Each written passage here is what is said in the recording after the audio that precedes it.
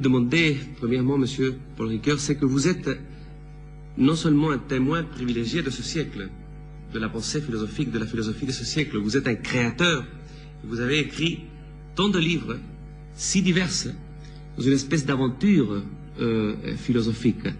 Comment vous avez fait pour écrire et pour penser tant de thèmes différents, tant d'aspects différents, partant du texte, passant au thème de juridique, le problème éthique, la philosophie, la morale? Comment se fait cette œuvre?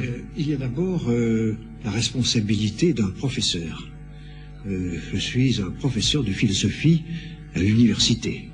Et donc, j'avais des obligations d'enseignement et de parcours obligés. Et j'ai eu la chance de toujours pouvoir coordonner mes propres recherches, mes propres intérêts avec mes obligations d'enseignement. Ce qui d'ailleurs explique au moins l'aspect de mes livres qui sont des livres d'enseignement. Et je pense que un premier usage de mes livres, c'est aussi d'être une ressource de thèmes de discussion et une rencontre de penseurs très différents. Donc c'est une philosophie qui se fait d'une certaine manière dans un dialogue vivant, non? Oui, mais oui. C'est pas sûr, je veux dire 50 ans de travail philosophique, j'ai traversé des paysages philosophiques très différents. J'ai eu des contemporains successifs que je n'ai pas choisis, et donc qui m'interpellaient sur des problématiques qui étaient les leurs et pas nécessairement les miennes. D'où le style de dialogue, je dirais de vivacité d'argument, mais toujours dans l'extrême respect. Je dois dire que je n'ai pas parlé de tous les philosophes.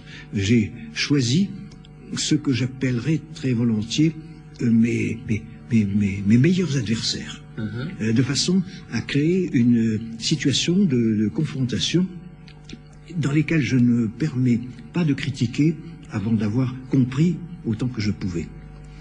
Alors cela a abouti à un deuxième trait, je pense, de mon travail philosophique, c'est ce que vous avez bien voulu appeler tout à l'heure une aventure. Enfin, je veux dire par là qu'il n'y a pas de programme au début que j'appliquerai moment après moment, partie après partie. Chaque livre est centré sur un problème et laisse un reste, un résidu. Et, une question peut-être. Une question non résolue, et souvent qui apparaît dans la dernière page d'un livre. Je prends un exemple tout de suite. Dans le dernier volume de la série qui s'appelle Temps et Récit, dans les toutes dernières pages, j'introduis la notion d'identité narrative. Que l'identité d'une personne ou d'une communauté, c'est l'histoire qu'elle raconte sur elle-même ou que d'autres racontent sur soi. Et donc cette idée que mon identité, c'est mon histoire, mais apparaît au terme d'un 3 volumes, qui a fait près de 1000 pages. Et donc, j'ai rebondi là-dessus pour le travail suivant, qui s'appelle Soi-même comme un autre. Parce que l'idée que j'ai un autre qui habite en moi-même, que je me reconnais à travers aussi cet autre, c'est le récit qui m'a introduit à cette découverte, je peux dire, sur moi-même.